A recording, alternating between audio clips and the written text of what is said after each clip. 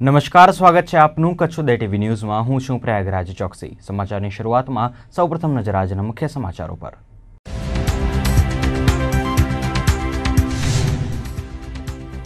રાવણ દહન સાથે કચ્છભરમાં દશેરાના પર્વની હર્ષોલ્લાસભેર ઉજવણી। લોકોએ ફાફડા જલેબીની માણી જયાફત। અસત્ય પર સત્યનો વિજય એટલે દશેરા। દશેરાના પર્વ નિમિત્તે ભુજમાં ક્ષત્રિય સમાજે કરી શસ્ત્ર પૂજા। ऐतिहासिक समी वृक्षना सानिध्यमां पोणा 500 वर्ष जूना भालानी कराई पूजा। पोलीसे पण करी आयुधोनी पूजा। तो दशेरा पर्वे कच्छभरमां नवा वाहनो घरेणानी कराई खरीदी। सोनी बजार ने खरा टाणे सोना चांदीनो आंशिक भाव वधारो अने बैंक रजा नड़ी गई। पवित्र नवरात्रिनु पर्व एसटी तंत्र ने बराबरनु फळ्युं। 80 लाखना टार्गेट सामे एसटी ने थई 85 लाखनी आवक। मिनी वेकेशनना कारणे थयो मोटो फायदो। ने नवमा नोरते नवरात्रिनी उजवણીનો ઉલ્લાસ પહોંચ્યો પરાકાષ્ઠાએ। આખી રાત ખેલૈયાઓ ગરબે ઘૂમ્યા। પાલારા જેલના કેદીઓ સંત્રીઓ પણ ઘૂમ્યા ગરબે। દશેરા એટલે આસુરી શક્તિ પર દૈવી શક્તિનો વિજય, સત્ય પર અહિંસાનો વિજય। દશેરાના પાવન પર્વની સમગ્ર કચ્છમાં હર્ષોલ્લાસભેર ઉજવણી થઈ હતી। દશેરા નિમિત્તે ભુજના પરાસમાન માધાપરમાં રાવણ દહનનો કાર્યક્રમ યોજાયો હતો।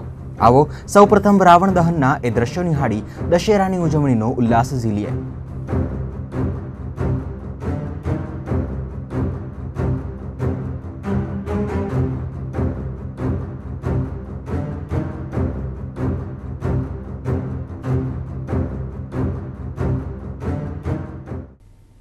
आ तरफ अंजार में रावण दहन कार्यक्रम पूर्व तैयारी दरमियान करुणांतिका सर्जाता रावण दहन कार्यक्रम मोकूफ राखवामां आव्यो हतो।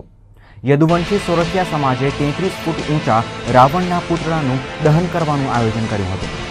कार्यक्रमनी पूर्व तैयारी दरमियान लोखंडनी फ्रेमवाळुं महाकाय पुतळुं ऊभुं करती वखते दुर्घटना सर्जाता 28 वर्षना रसिक प्रवीणभाई सोरठिया नामना युवकनुं मोत थयुं हतुं। पुतळुं ऊभुं करती समये हाइड्रोक्रेननो केबल तूटी जता पुतळुं नीचे पटकायुं हतुं। तेनी नीचे दबाई जता रसिकनुं मोत निपज्युं हतुं। दुर्घटना बाद रावण दहननो कार्यक्रम मोकूफ राखी देवायो हतो। दशेरानुं पर्व एटले क्षत्रिय समाज माटे शस्त्र पूजननुं पर्व। आ प्रसंगे भुजमां रोहाना ठाकोर पुष्पेन्द्रसिंहना हस्ते ऐतिहासिक समी वृक्षना सानिध्यमां शस्त्रो आयुधोनी पूजा कराई हती। पूजा पूर्वे साफाबद्ध क्षत्रिय युवानोए भुज आशापुरा मंदिरे पूजा अर्चना करी रेली योजी हती। शस्त्र पूजननी परंपरा 5000 वर्षथी आ परंपरा चाली आवे छे। आप भागवत पुराणनी अंदर एनो उल्लेख आवे छे के जे पांडवो होय छे, ज्यारे गुप्तवासमां होय छे त्यारे एमना जे गांडी अने जे बीजा हथियारो होय छे એ પોતે આપણે જેને ગુજરાતીમાં ખીજડો કહીએ છીએ, સમી વૃક્ષ કહે છે, એ વૃક્ષ ઉપર મૂકે છે। જ્યારે ગુપ્તવાસ એમનો પૂરો થાય છે ત્યારે હથિયારો એમને સલામત રીતે મળે છે। આ હથિયારો જ્યારે એમને મળે છે ત્યારે આ પવિત્ર વૃક્ષ માની આ હથિયાર એનું પૂજન કરે છે અને ત્યારે જે શસ્ત્રો હોય છે એનું પૂજન કરે છે। ત્યારથી આ શસ્ત્ર પૂજનની પરંપરા ચાલુ થઈ છે। આ સમી વૃક્ષ જે છે એને પવિત્ર વૃક્ષ ગણવામાં આવે છે, જે આપણે કચ્છીમાં એને કંડો કહે છે, ગુજરાતીમાં એને ખીજડો કહે છે અને આ સમી વૃક્ષ તરીકે ઓળખાય છે। એક પવિત્ર વૃક્ષ છે જે આપણે મેં વાત કરી કે પાંડવોને પોતાના હથિયારો સલામત મળ્યા, જેના કારણે આ વૃક્ષની પૂજા કરવામાં આવે છે। અને આપે જે ભાલાની જે વાત કરો છો એના પાછળ એક કચ્છનો ઇતિહાસ, રાજગાદીનો ઇતિહાસ સમાયેલો છે। એ જો આપણે વાત કરું તો જામ હમીરજીના કુંવર જે ખેંગારજી હતા, ખેંગારજી સાહેબજી, એમના પિતાશ્રી જે જામ હમીરજી હતો એમનો જામ રાવળજી દગાથી ખૂન કરે છે। ત્યારે આ જે કુંવરાઓ છે અમદાવાદ તરફ જાય છે, તે રસ્તામાં એમને એક ગામ આવે છે ચરાડવા કરીને, ત્યાંના એક ગુરજી હોય છે, એ પોતે જ્યારે નીકળે છે ત્યારે આ કુંવરો બે સૂતા હોય છે।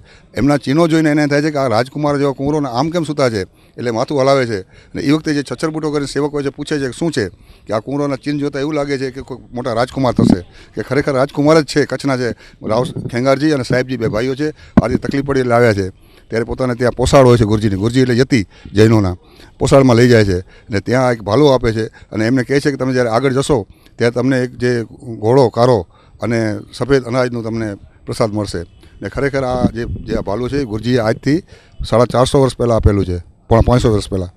અને એ અત્યારે પણ જે અહીંયા આપે જોયું જે પૂજનમાં હતા એ ગુરજી એ પરંપરામાં જ આવે છે। અને જ્યારે મહારાવશ્રી ખેંગારજી ગાદી ઉપર બેઠા ત્યારે ગુરજીને ભુજમાં બોલાવી અને ગુરજીને એ વખતે જે પોસાડ, જાગીર, ગામ, ગ્રાસ બધું અહીંયા આપ્યો અને એની વંશ પરંપરામાં અત્યારે પ્રવીણ મેરજી જે છે આજે જે પૂજનમાં હાજર હતા અને આ જે ભાલું છે એ 550 વર્ષ જૂનું છે।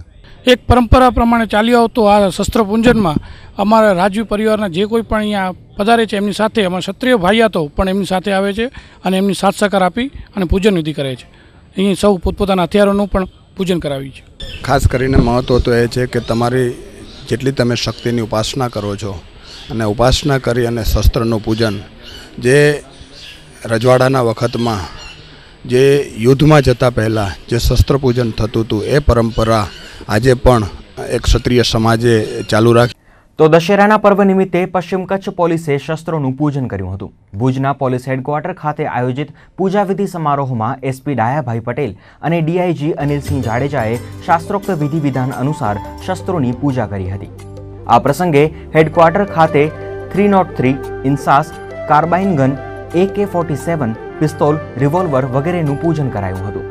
તો શક્તિનું પ્રતીક ગણાતા અશ્વોની પણ તિલક કરી ગોળ ખવડાવી પૂજા કરવામાં આવી હતી. આ પ્રસંગે એસપીએ અપેક્ષા વ્યક્ત કરતા જણાવ્યું હતું કે આજના લોકશાહી યુગમાં પોલીસ તંત્ર પ્રજાની સલામતી સંભાળે છે, ત્યારે શસ્ત્રોનો ઉપયોગ જ ના કરવો પડે અને શસ્ત્રોની જરૂર પડે તો તે ખરા ટાણે કામ આવે. શસ્ત્રો બને ત્યાં સુધી વાપરવા ન પડે ને જ્યારે પણ વાપરવા પડે ત્યારે શસ્ત્ર દગો ના દે અને ખરેખર ખરા સમયે અણીના સમયે શસ્ત્રો ઉપયોગમાં આવે એટલા માટે શક્તિના પ્રતીક સ્વરૂપે આપણે એની પૂજા કરીએ છીએ. આજે પણ અમે ખરા દિલથી માનનીય રેન્જ ડીઆઈજી સાહેબ જાડેજા સાહેબના અધ્યક્ષ સ્થાને આ શસ્ત્રોની પૂજા કરેલી છે અને કચ્છ ભુજ ખાસ કરીને કચ્છ જિલ્લામાં શસ્ત્રોનો ઉપયોગ ન કરવો પડે એવી લોકોને શુભકામનાઓ અને એવી અભ્યર્થના સાથે અમે આ શસ્ત્રોની પૂજા કરી છે. પણ જરૂર પડે તો શસ્ત્ર અમને દગો ન દે અને શસ્ત્ર છે એના પ્રોપર ઉપયોગ કરી અને લોકોના જાનમાલનું રક્ષણ કરી શકીએ એના માટે આજે અમે ભગવાનને અને દેવીને પ્રાર્થના. સ્વાદના શોખીનો માટે દશેરાનું પર્વ એટલે ફાફડા જલેબીનું પર્વ.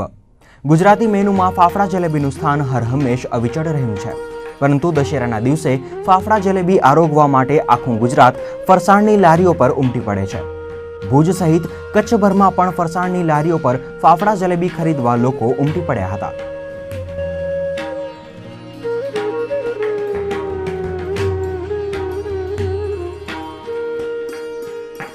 અને બુલેટિનમાં લઈશું અહીં એક નાનો વિરામ.